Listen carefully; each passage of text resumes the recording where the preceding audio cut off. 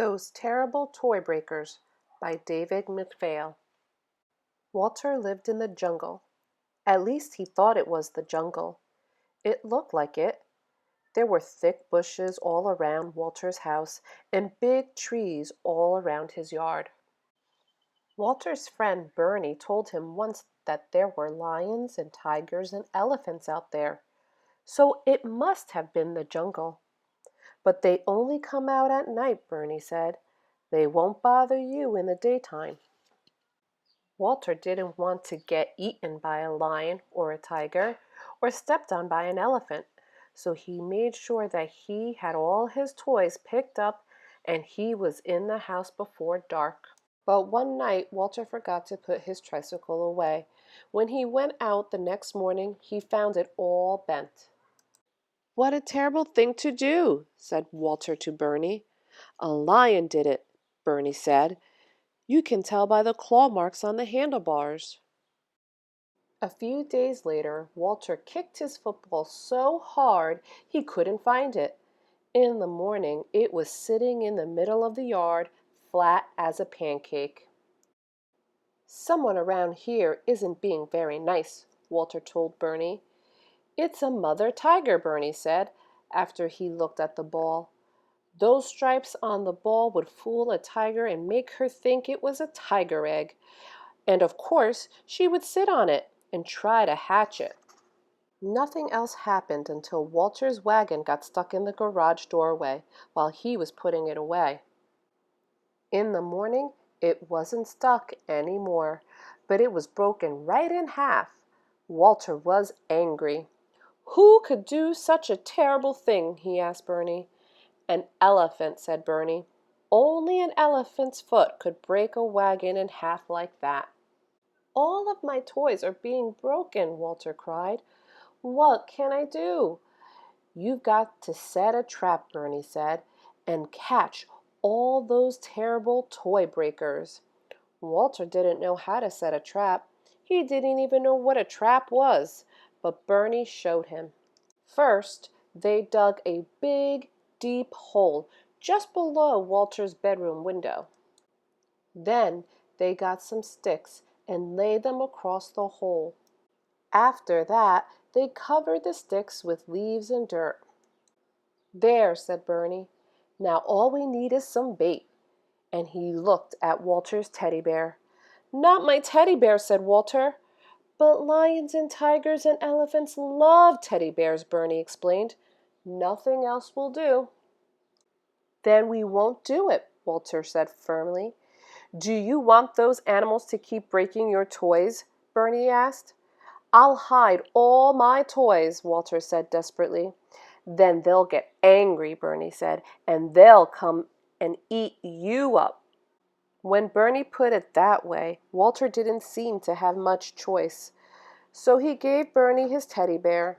Bernie put it in the bushes above the hole. "There," he said, pleased with himself. "To those animals it will look like your bear fell out of the window. And when they come over to get it, they'll fall into the hole."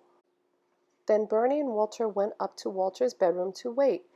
Walter was almost asleep when Bernie nudged him and whispered, "Here they come." Sure enough, a lion, a tiger, and an elephant came out from behind the trees and crept towards Walter's teddy bear. The lion who was leading the way was the first one to fall into the hole. He reached out to grab a branch, but he grabbed the tiger's tail instead and pulled her into the hole too. "Get us out of here," they called to the elephant. The elephant got down on his knees and leaned into the pit. "Grab my trunk," he said, "and I'll pull you out." Both the lion and the tiger lunged for the elephant's trunk and grabbed hold. "One at a time," shrieked the elephant. But it was too late.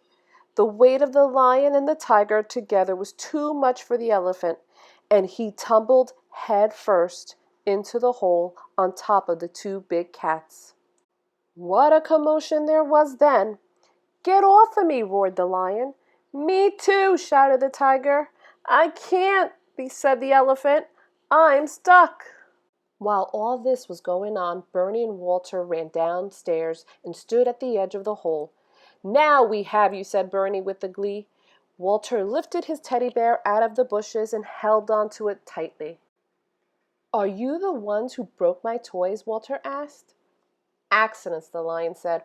"All accidents." "We never meant to break them," insisted the tiger. "We're just playing," added the elephant. "Now help us get out of here." "Not until you promise to fix Walter's toy," said Bernie. "We promise," said the lion, the tiger, and the elephant. So Walter and Bernie took hold of the elephant's trunk and pulled as hard as they could. Slowly the elephant climbed out of the hole and plopped down on the grass. "Whew! Thanks," he said to Walter and Bernie. Then he reached into the hole with his trunk. "Now," he said to the lion and the tiger, "try it one at a time." And very soon they too were out of the hole and on the grass beside Walter and Bernie. Walter went back to his room and returned with his toolbox and his broken toys. True to their words, the lion and the tiger and the elephant went right to work repairing the toys, fixing them up as good as new. "There," they said when they were finished, "all fixed." "Thank you," said Walter. "You did a wonderful job." "You're welcome," they said.